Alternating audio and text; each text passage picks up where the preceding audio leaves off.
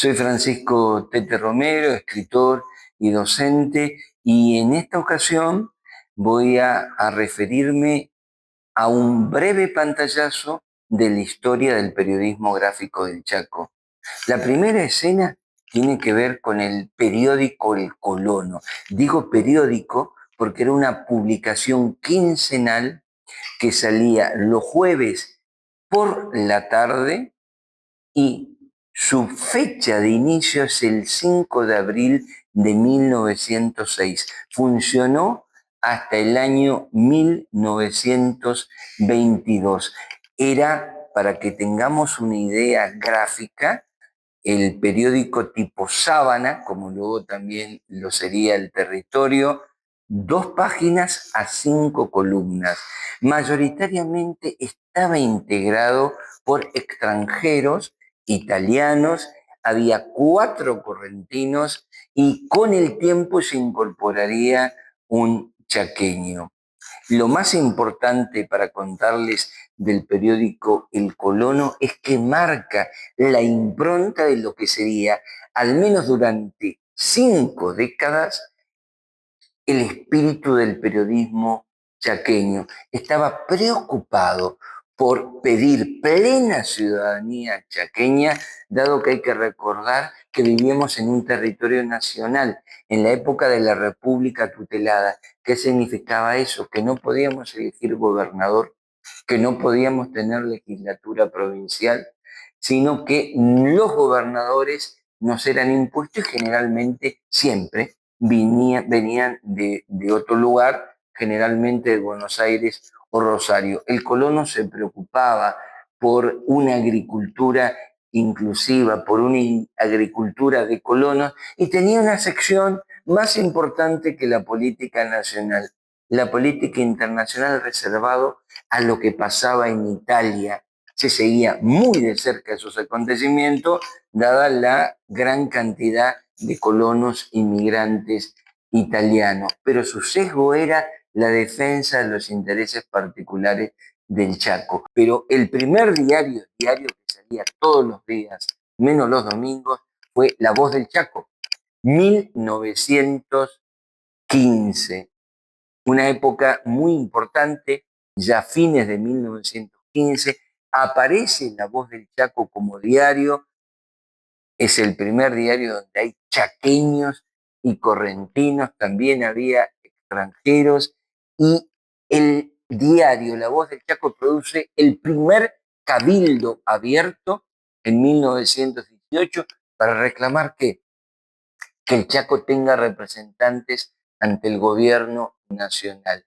Hay que decir que ya había sobrepasado la cantidad de habitantes que la ley 1530, Organización de los Territorios Nacionales, requería, que era 30.000 habitantes, legislatura o representantes. 60.000 ya eras provincia y podías tener un gobernador. El Diario del Chaco es el primer diario con conciencia de periodistas chaqueños que escriben sobre los derechos de los cuales carecemos los chaqueños. 1911 aparece una publicación que al principio es un periódico y luego se transforma en un diario, El Heraldo del Chaco. ¿Por qué no tenemos memoria del Heraldo del Chaco, fundado por un español, Benito Malvares? Porque en el año 1923 era el diario más rebelde, más contestatario, más crítico. Tiene que mudar de sede, se va a Corrientes y ahí se transforma en el Heraldo del Norte, más conocido como esa publicación, pero funcionó en el Chaco. Nos deja un legado, el Heraldo del Norte, periodismo de investigación. Cuando nosotros hablamos en la masacre de Napalpí, la primera investigación la produjeron periodistas chaqueños afincados en Corrientes. Hay un número extraordinario del 12 de junio de 1925 sobre una investigación con testimonios sobre la masacre de Napalpí. Es un número extraordinario de 60 páginas, inclusive con colores, y que fue hecho por el periodismo chaqueño. Y llegamos a 1919 y nos encontramos con la creación del gran diario que desde 1919 hasta 1989, estoy hablando de 70 años, marcó la vida ciudadana del Chaco, del territorio. Su gran alma mater y director fue Ernesto Zamudio. Es el diario que aparece comprometido con los derechos de los obreros, del mundo trabajador del Chaco, de un Chaco que era muy rural, porque el 75% de la población cuando surgió el territorio era rural y el resto urbano. Hay un número impresionante del 6 de septiembre de 1930 que le valió persecución y cárcel, cuando ante el primer golpe cívico-militar que interrumpe la vida democrática, que derroca al presidente elegido por todos los argentinos, Hipólito Yrigoyen, la tapa y el tenor del editorial escrito por Ernesto Zamudio es de defensa de la democracia y en contra del atropello de la Constitución. No hay ejemplo en el periodismo chaqueño de un acto de coraje cívico semejante. El diario El Territorio marcó a muchas generaciones y no por nada fue el más intervenido por las dictaduras, la del 55, la del 66, la del 76, pero dejó una huella imborrable, sobre todo la impronta de un hombre que escribía por principios como Zamudio, Ernesto Zamudio. Aparece luego en el año 1968 el diario Norte, un 1 de julio, y sería el diario que, porque no tenía compromisos con su historia anterior, rompería también la manera de editar. Pasamos al formato tabloide, pasamos a un staff periodístico con nombres como Aledo Luis Meloni, Godofredo Herzl, Sabelio Yurkevich, Guido Miranda, Ramón de las Mercedes. Era un staff periodístico que vinculaba la historia y vinculaba la cultura. Fue el diario que se preocupó por la cuestión de la identidad cultural, el desarrollo local, pero también de la región nordeste.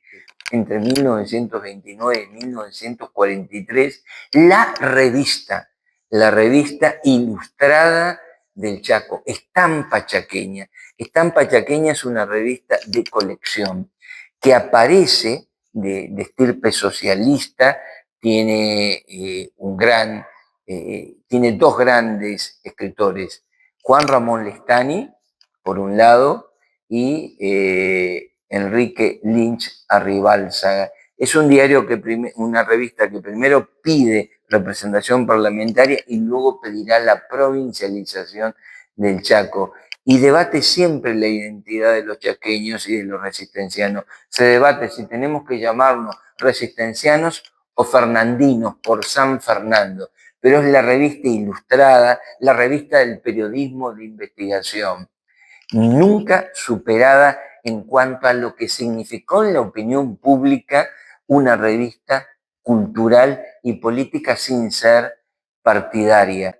El diario cercenado durante la dictadura cívico-militar del 76. Entre el 75 también, el 1 de julio del 75, hasta septiembre de 1979, El Crisol aparece como un diario independiente, joven, como el Heraldo del Norte en su momento muy contestatario.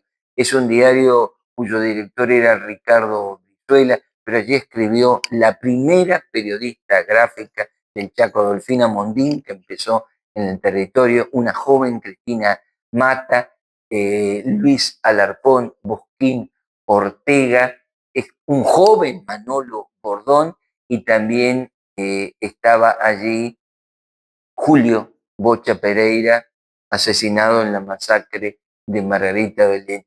Defendía al pequeño productor, defendía a las políticas que hablaban de la liberación nacional, defendía a las cooperativas, a las ligas agrarias, y por eso fue especialmente cerrado en el 79, encarcelada Adolfina Mondín, encarcelado Luis Bocha Pereira, también estaba Antonio Ojeda, que fue encarcelado, fue un diario que se cerró.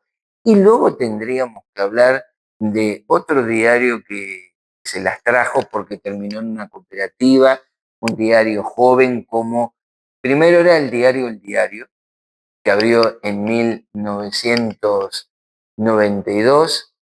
Luego, en el momento que más vendía, que más publicidad tenía un staff de jóvenes periodistas muy vinculados con la defensa de los derechos humanos, los derechos de las mujeres.